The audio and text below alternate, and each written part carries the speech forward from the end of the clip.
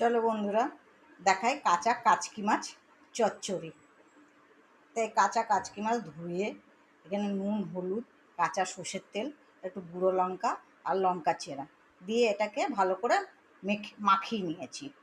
ঠিক আছে, এখানে চলো দেখাই পেঁয়াজ আলু ভাজা, ওর মধ্যে বেগুন দেবো। দেখো এখানে পেঁয়াজ আলু ভাজা হয়েছে, এখানে নুন হলুদ ওখানে যেরকম দিয়েছি কাচকি মাছে এখানেও আমি ওরকমই দেব। দেখাই এখানে দিচ্ছি কি কি। এখানে দিলাম হলুদ, ওখানে সব কিছু মিলানো আছে, এখানে অল্প অল্প দেব। কাঁচা বেগুনই দেব, ভাজবো না এটাকে। এই নাড়াচাড়া দিয়ে এটাকে কাচকি মাছটা যে মাখানো আছে এর মধ্যে দিয়ে দেব। তেল কম হয়ে গেছে, আমি দিচ্ছি এর মধ্যে একটু তেল। নাড়াচাড়া করে আমি কাঁচা মাখানো মাছটা এর মধ্যে দিয়ে দেব। আমি তো পুরোটা দেখাতে পারিনি, যেইটুকু দেখাচ্ছি ওইটুকু দেখো। আমি খুব একটা সময় পাই না, সত্যি কথা। কি করব বলো। মাছটা আমি এর মধ্যে ঢেলে দিলাম বিছাতে। আলু পেঁয়াজের মধ্যে ভালো করে বিছিয়ে দিলে না মিশবে ভালো। তোমরা রান্না করে খেয়ে দেখবো।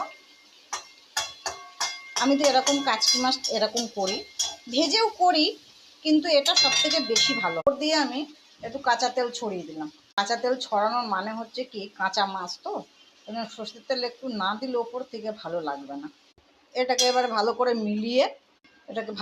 মিলিয়ে আমি একটু চাপা দেব।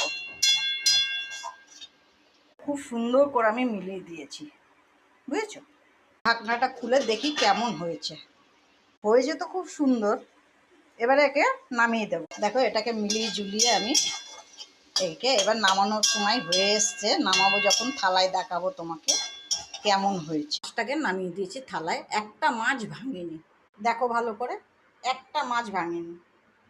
তো চলো দেখাই আমি কি কি আজকে রান্না করলাম। দেখো এটা সব ডাটা মিলিয়ে, কপির ডাটা, মূলোর ডাটা, আলু বেগুন আর কাঁঠালাটি দিয়ে এটা একটা চচ্চড়ি করেছি। এটা মূলো শাক ভাজা, এটা দেখছো পটল ভাজা।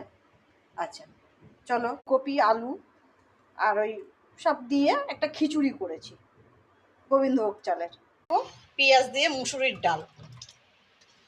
কি দেখাতে পারলাম আমি তো জানি না। ভালো লাগলে লাইক কমেন্ট শেয়ার করতে ভুলো না।